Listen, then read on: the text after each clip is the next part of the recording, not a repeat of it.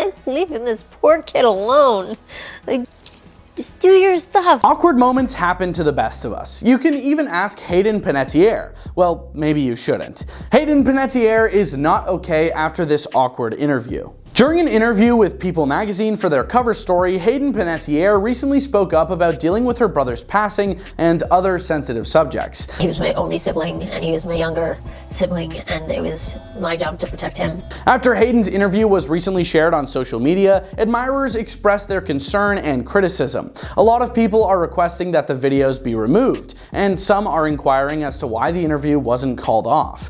Hayden could be seen slurring her words and having trouble pronouncing them clearly in a video from the sit-down that People shared on Instagram on September 18th. Her eyes also seemed to be glassy. Fans were also alarmed by two films that were uploaded on the publication's social media accounts. In one, Panettiere discussed the passing of her brother Jansen, who suffered from an enlarged heart and passed in February 2023. When I lost him, I felt like I lost half of my soul. The other video of Panettiere gushing over her 9-year-old mini-me daughter Kaya set off the uproar.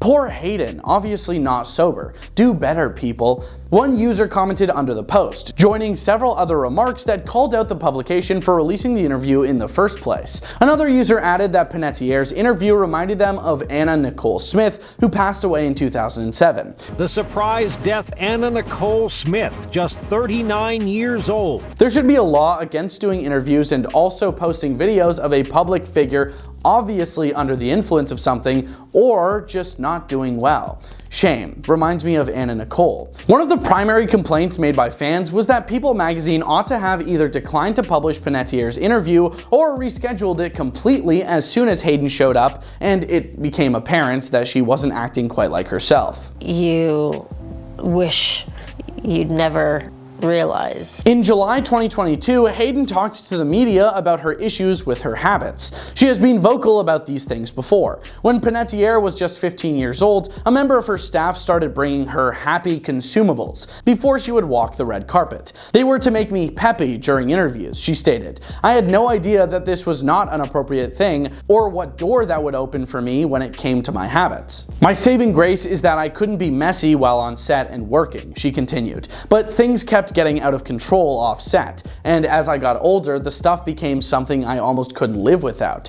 I was on top of the world and I ruined it, Hayden said in an issue of People. She spent years battling her habits. I'd think I hit rock bottom, but then there's that trap door that opens. Panettiere, who is divorced from Vladimir Klitschko and has a daughter together, eventually made the decision to seek assistance. I put a lot of work into myself and I had to be willing to be incredibly honest, says Hayden, who underwent both therapy and inpatient treatment. She's back on set now, resuming her role as the beloved Kirby Reed in the upcoming Scream movie, and she's giving her all to Hoplon International, the charity she created recently with the goal of raising money for Ukraine. This hasn't been easy and there were a lot of ups and downs, says Panettiere of her journey to sobriety and happiness, but I don't regret even the ugliest things that have happened to me. I feel incredibly accomplished and I feel like I have a second chance now. 2014 saw Panettiere in the lead role of Nashville as the unstable country music artist Juliette Barnes. Hayden's actual pregnancy was included in the program,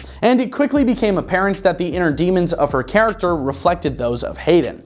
Hayden and Klitschko, who started dating in 2009, had a falling out when Hayden would sneak away to drink. He didn't want to be around me, she recalls. I didn't want to be around me. But with the consumables and beverages, I was doing anything to make me feel happy for a moment.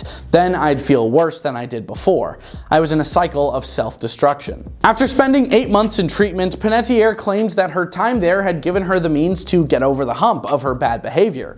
The idea holds true, even though it's unclear if Panettiere was acting oddly in her most recent interview with People. Granted, the magazine had a task at hand, but its subject is a human being, and she ought to be treated as such. In addition, Panettiere's team was also let down by others. Her health should have been the top priority, and and someone should have made the initiative to reschedule on her behalf. We've witnessed celebrities publicly battle with their habits far too frequently, only for those same behaviors to prove their undoing in the public glare. Erica Basildua Holland acknowledged in a TikTok video that People magazine made a journalistic error. She described herself as shocked and upset that it had been uploaded at all. As a journalist, I want to give you some context, not excuses, on why this might have happened. Hayden is this month's cover story, and that's a big deal, because the cover story is usually paid when it comes to People magazine. Holland said, "These contracts aren't just little agreements. They can be very lucrative, and they extend beyond the print magazine." Holland continued by describing how the boundaries then became hazy when Panettiere consented to participate in the interview and discuss her experiences with sorrow and other facets of her life.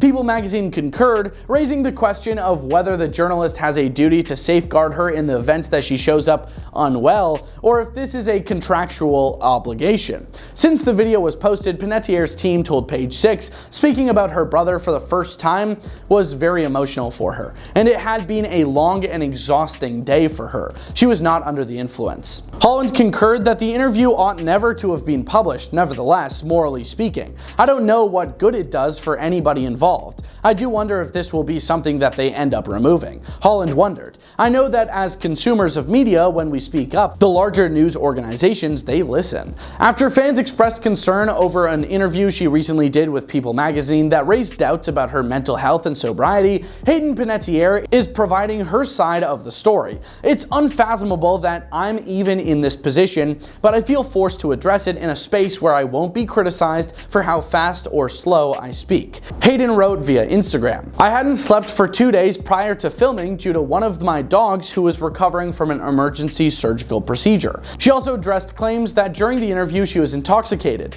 "Grief looks different on everyone. Whether or not I am on medication is none of anyone's business and is between me and my doctor." Hayden also stated in the interview that she was exhausted after an 8-hour studio session.